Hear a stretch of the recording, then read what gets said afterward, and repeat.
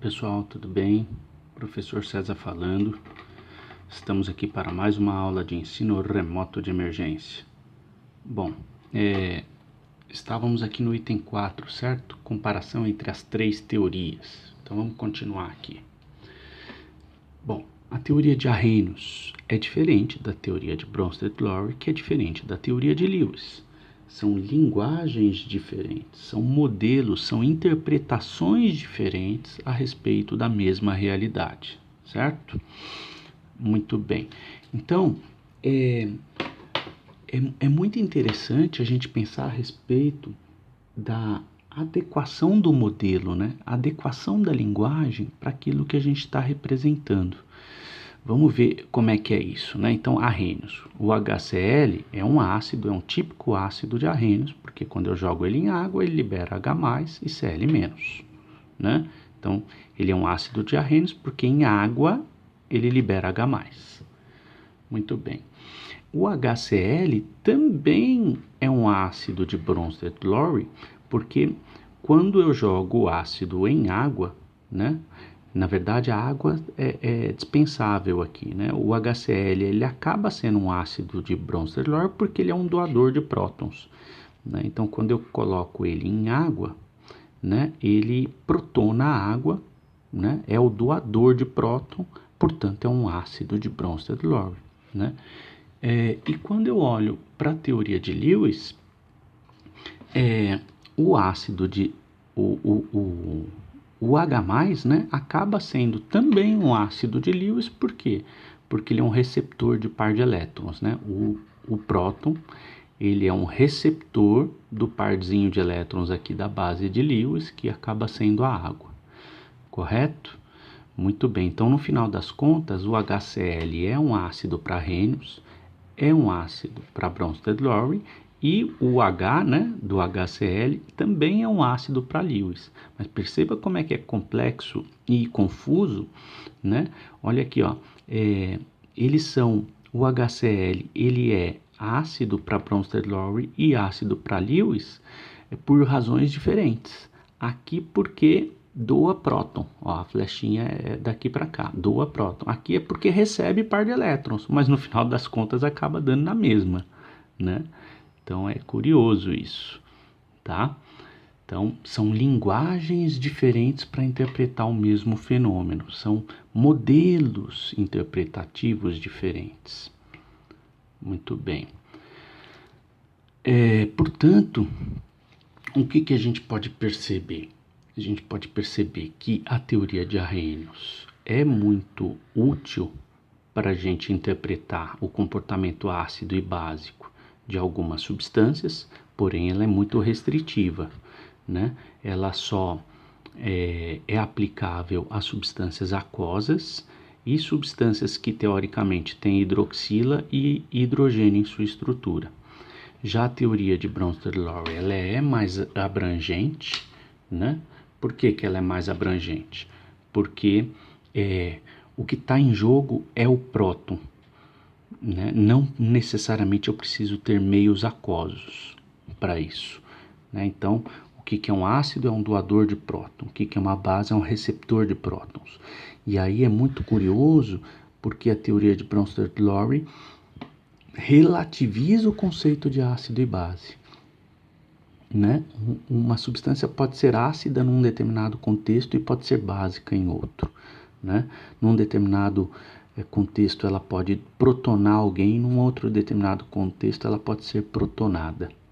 Então o conceito de Bronsted-Lowry é muito mais interessante, complexo e abrangente. Muito bem. Por outro lado, a teoria de Bronsted-Lowry também ela é um pouco restritiva porque na brincadeira precisa ter o próton em jogo. E não necessariamente isso acontece sempre, né? Existem reações em que não existe próton na brincadeira, né?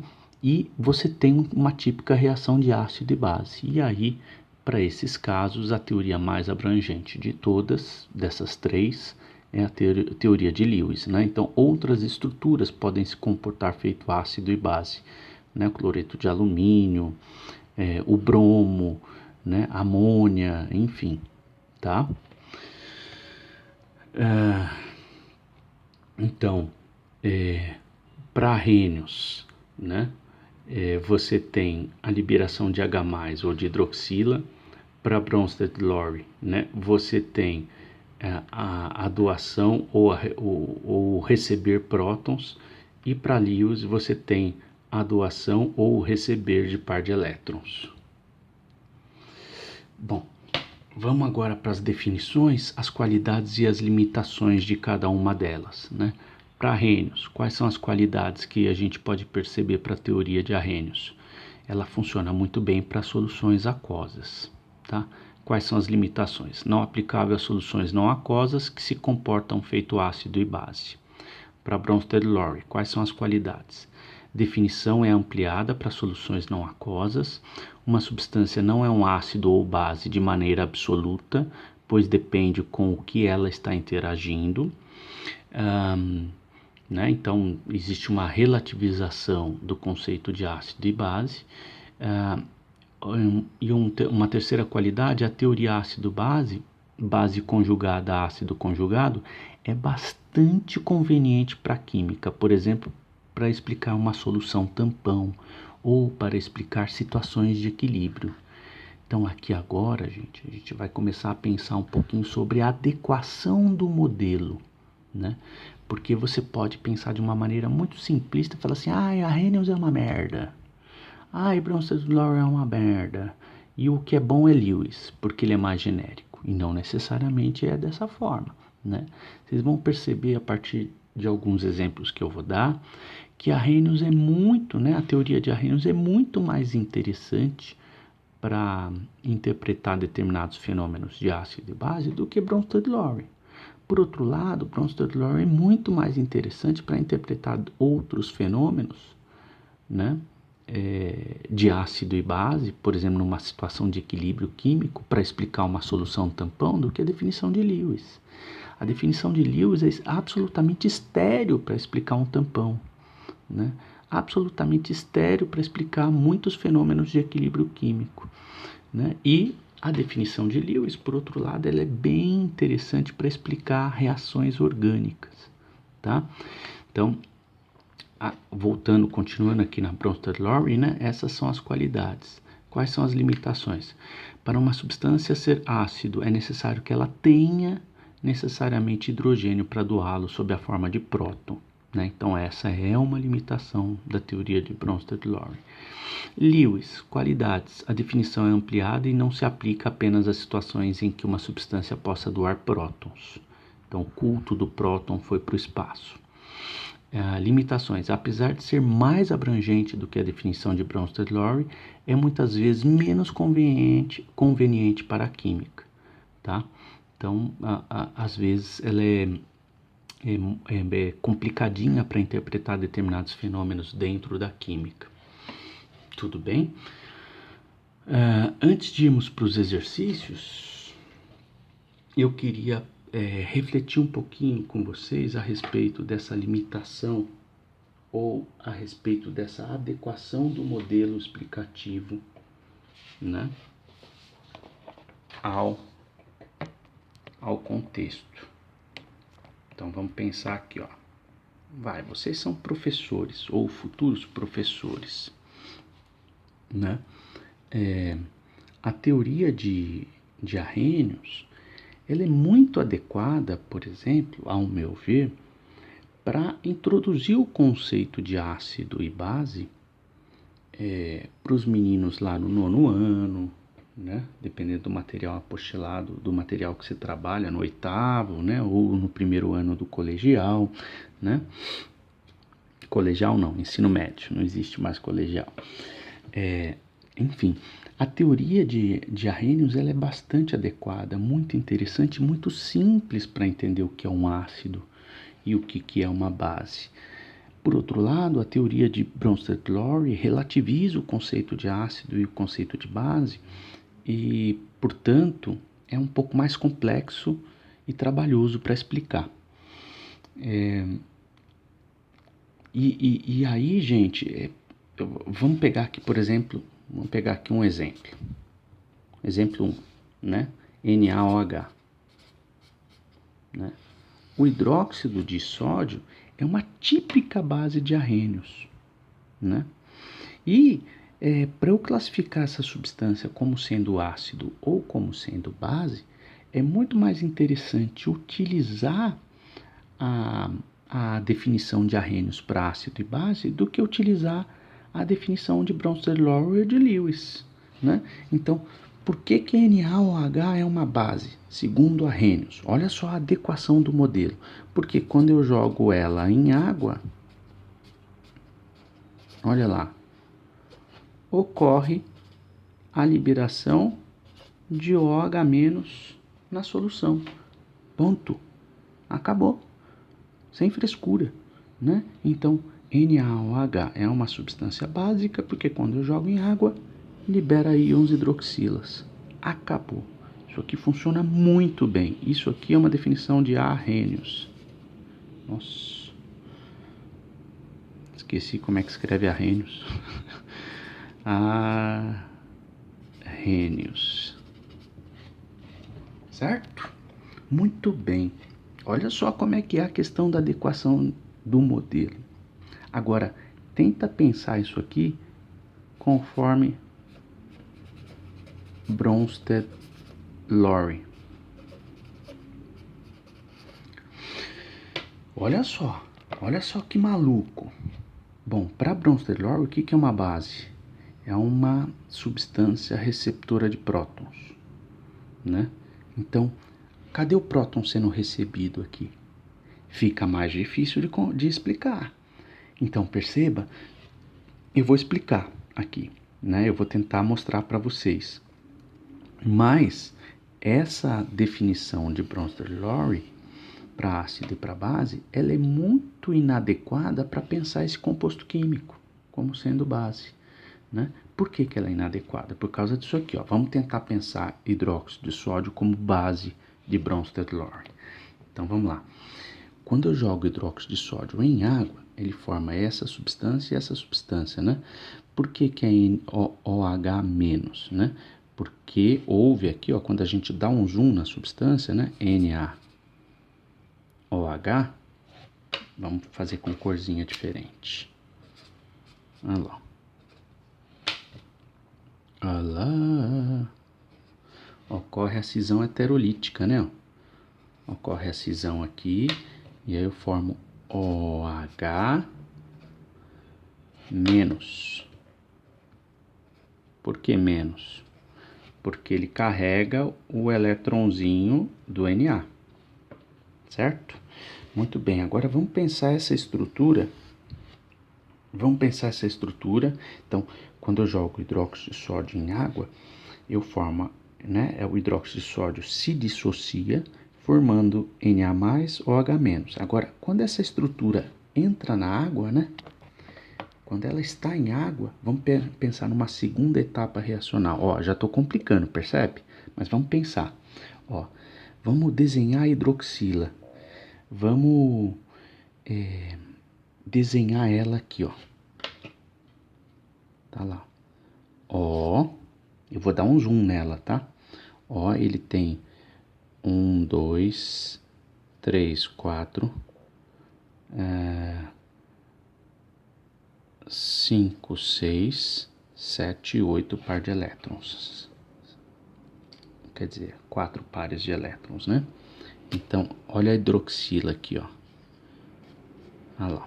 Tem esse parzinho de elétrons fazendo ligação química com hidrogênio, né? E você tem um eletronzinho roxinho que veio do sódio, né?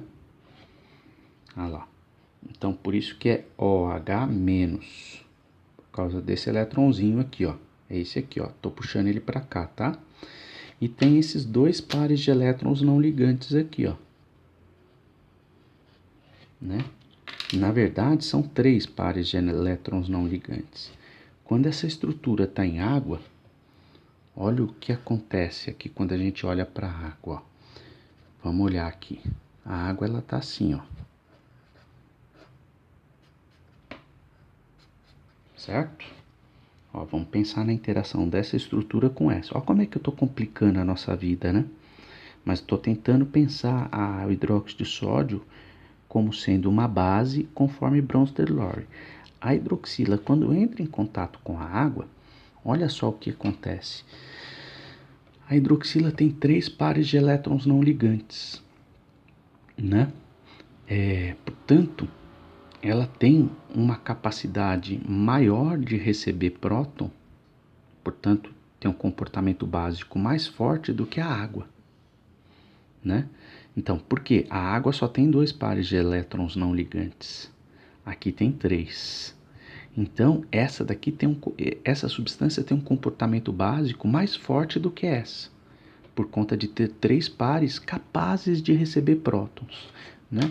Então, como é que vai ser? Como é que a gente pode pensar a interação entre a água e a hidroxila, né? Vai ocorrer a cisão heterolítica aqui, e aí eu tenho a formação da hidroxila aqui, esse próton vem e ataca aqui, ó, né?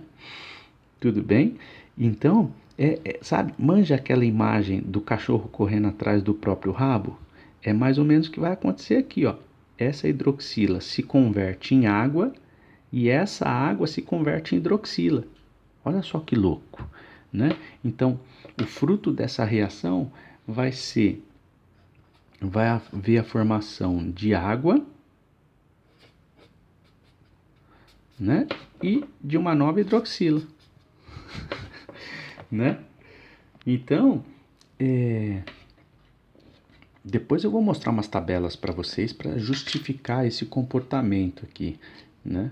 Mas é bem isso. A hidroxila, ela tem uma capacidade básica maior do que a água, né? Ela é mais básica do que a água. Portanto, na interação entre as duas, a água vai protonar a hidroxila, né? E a água vai se converter em hidroxila e a hidroxila vai se converter em água, né? É o cachorro correndo atrás do próprio rabo. Olha só que complicação. Então, dá para pensar isso aqui, ó, o NaOH, como sendo... dá para pensar isso segundo a teoria de Bronsted-Lowry.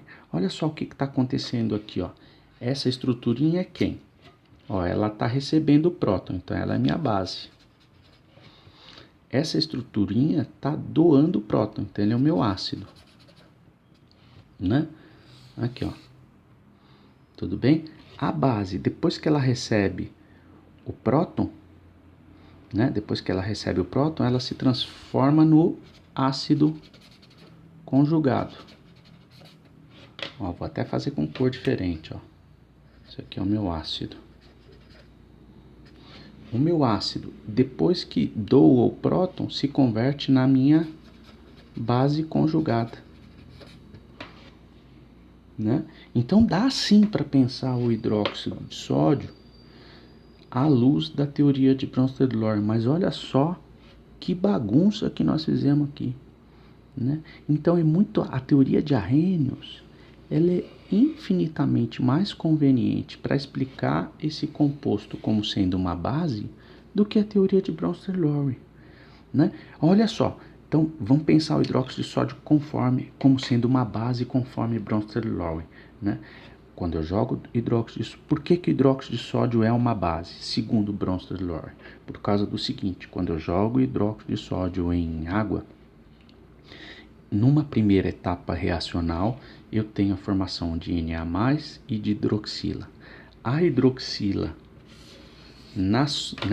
vai ter uma segunda etapa reacional. A hidroxila, na interação com a água, né, ela tem 3 pares de elétrons não ligantes. Portanto, ela tem muito mais capacidade de receber próton do que a água, que tem só 2 pares de elétrons não ligantes. Então, vai haver essa cisão heterolítica e a água protona a hidroxila, né? E a hidroxila se converte em água, né? Então a hidroxila é a base, segundo Bronsted-Lowry, né? Recebe o próton.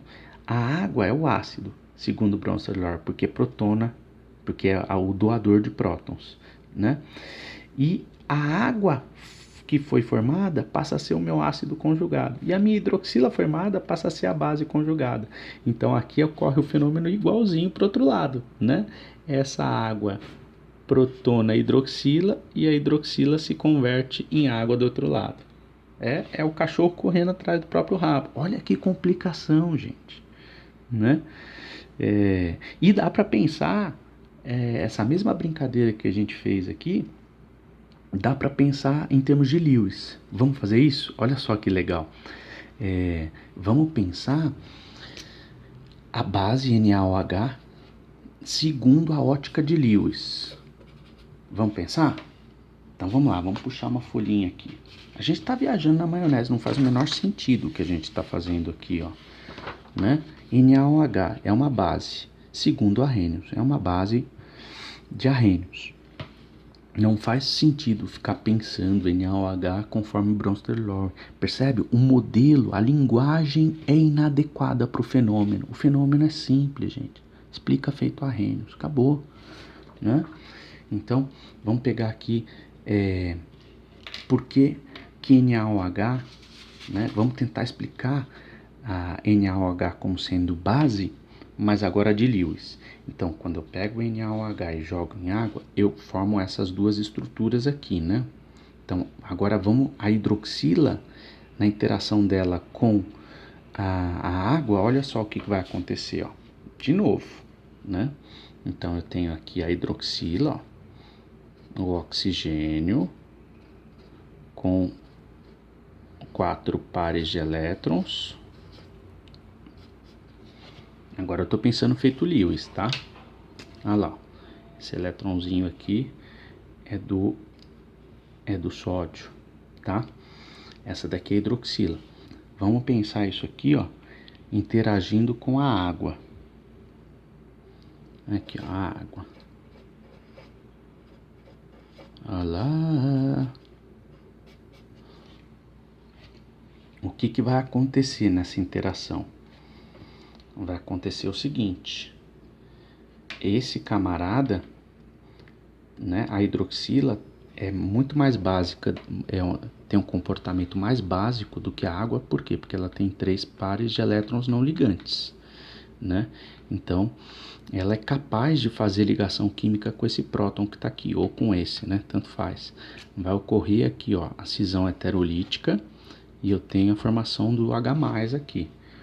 O H+ vai vir e vai, né, colar aqui nesse par de elétrons não ligante. Tudo bem? Então, eu vou formar quem aqui, gente? Ó, eu vou formar a água. Quando ele cola aqui, né, eu vou formar a água. OH. Tá, ó. Eu vou dar o zoom aqui, ó, nesse par de elétrons aqui, ó. Esse hidrogênio, eu vou pintar ele de rosa, que é o hidrogênio que saiu dessa água e colou aqui, né? Então, a água, gente, é o complexo coordenado. Ó que louco, ó que volta que eu tô dando, gente. Não faz o menor sentido, eu tô complicando o fenômeno. Percebe? Então, quem que é o ácido, quem que é a base aqui, ó? Vamos para a definição. Ó, esse camarada aqui é o que? É a base de Lewis. Por que que é a base de Lewis? Porque ela é a doadora de prótons. Ó, inverte, né? Inverte o raciocínio. Ela é que é a doadora de prótons, né? E esse camarada aqui, ó, né? Quem que é o ácido? O ácido é o H+, que foi desprotonado aqui da água. Ácido de Lewis.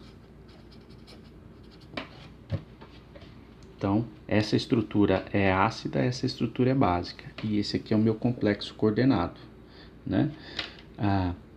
Essa hidroxila formada do outro lado, olha lá. Essa hidroxila formada do outro lado é uma merda, segundo Lewis, não é nada.